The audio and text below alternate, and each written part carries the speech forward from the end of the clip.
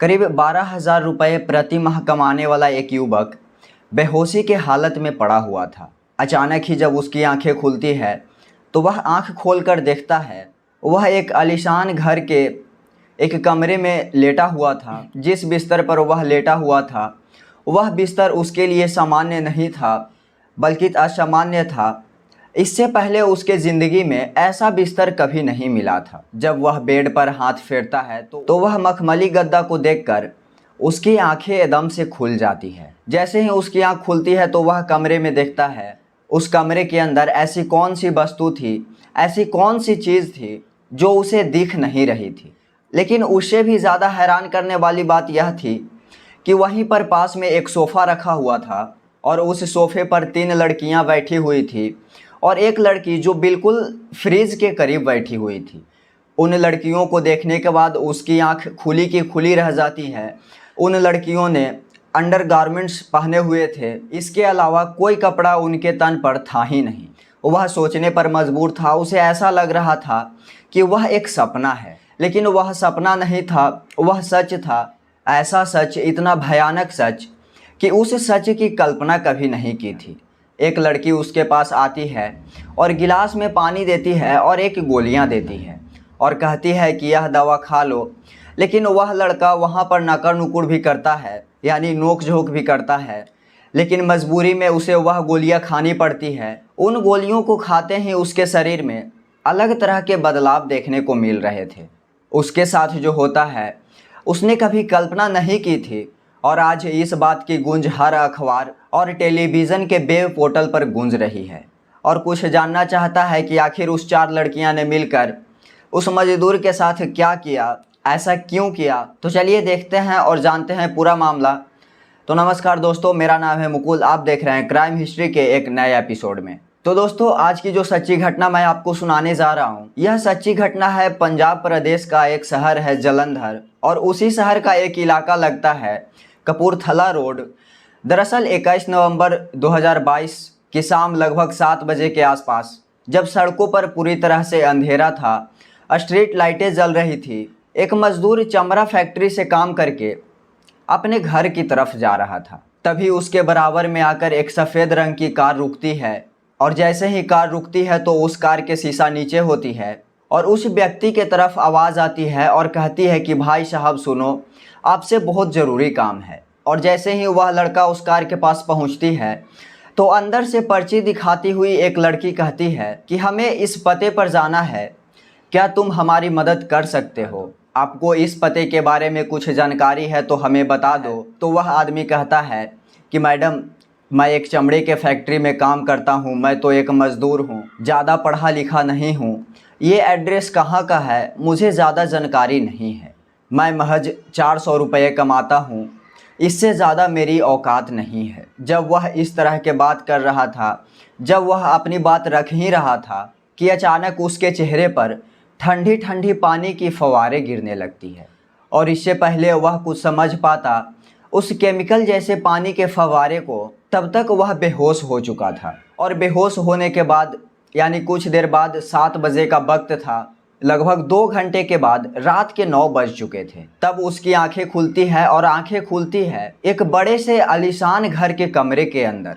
उस कमरे में ऐसी सुख सुविधाओं की हर वस्तु थी, हर चीज़ थी। जिस दीवार पर, जिस छत पर, जिस जगह पर नज़र आता था, उसने अपनी ज़िंदगी में उससे पहले कभी ऐसा घर, कभी ऐसा कमरा कभी देखा ही नहीं था।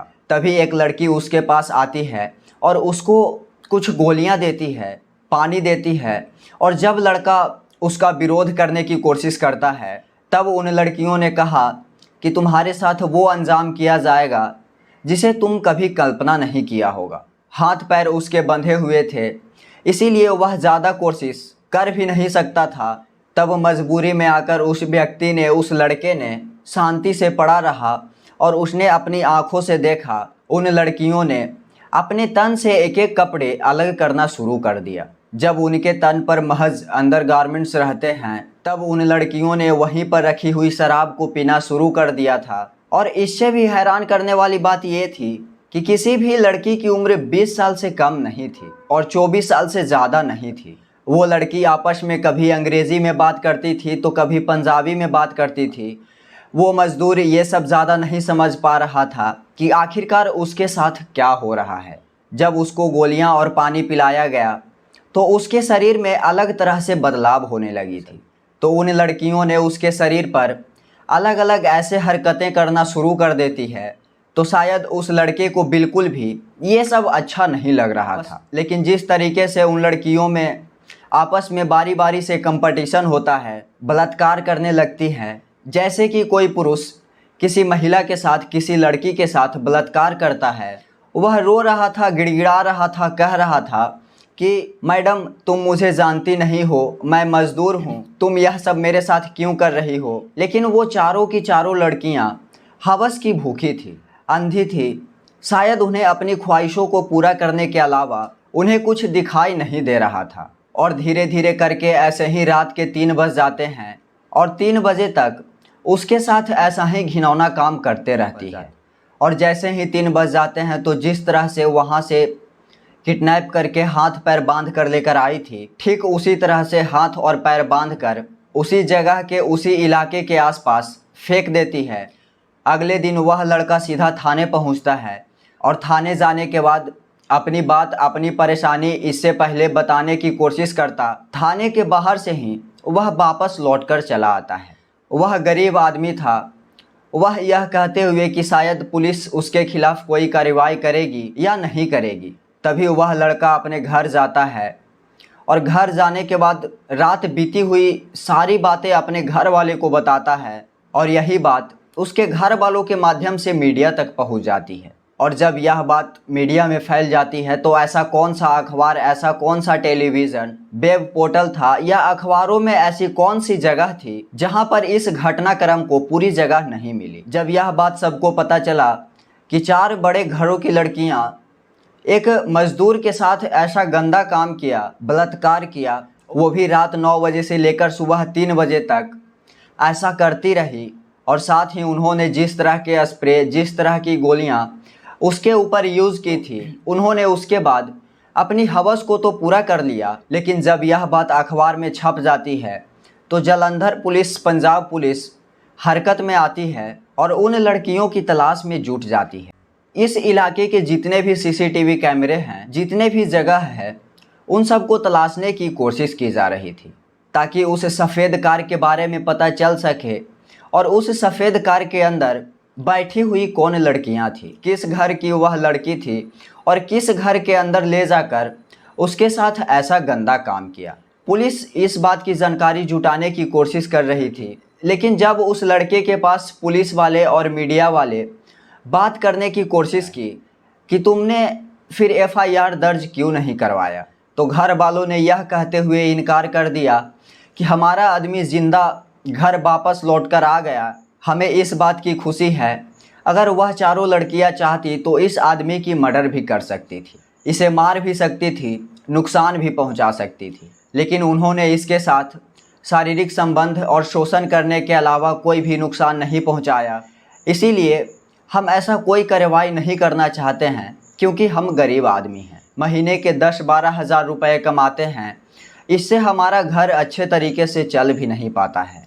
ऐसे में हम कहाँ पर जाकर केस लड़ेंगे, हमें समझ नहीं आ रहा था। लेकिन हर कोई यह जानना चाहता है, जालंधर पुलिस हो या पंजाब पुलिस हो, कि ये चारों लड़कियां कौन थी और कहां से आई थी। आखिरकार उन्होंने ऐसी गंदी हरकत इनके साथ क्यों की, यह पहली बार हुआ है या वो लड़कियां ऐसे ही रात को सड़क पर निकलती है और किसी भी व्यक्ति को बेहोश करके अपने घर ले जाती है। ये बहुत सारे सवाल हैं हर किसी के दिमाग में जो जानना चाहते हैं। ठीक वैसे ही जैसे लोगों को इस बात की जानकारी अखबारों से मिली, तब लोग इस घटना को लेकर हैरान हो जाते हैं और कहते हैं कि एक तरफ लड़कियां के साथ गंदा काम होता है तो उनको हवस का शिकार बनाकर उनको हत्या कर दिया जाता है, तो दूसरी तरफ इस ज़माने में ऐसी भी लड़कियां हैं जो लड़कों के साथ शोषण कर रहे हैं। दोस्तों, इस घटनाक्रम को सुनाने का मेरा कोई उद्देश्य किसी को परेशान करना नहीं है, बल्कि लोगों को जागरूक करना है कि ऐसा किसी के साथ ना हो। तो दोस्तों, आप इस घटना पर क्या कहना चाहोगे? क्या उस लड़का के साथ सही हुआ? तो अपनी राय कमेंट बॉक्स में ज़रूर बताइएगा और वीडियो से कुछ सीख मिले तो वीडियो को लाइक कर दीजिएगा। और लोगों को ऐसे ही अपराध से बचाना चाहते हैं तो वीडियो को शेयर करना नहीं भूलिएगा। मिलते हैं आपसे फिर एक सच्ची घटना के साथ। जय हिंद।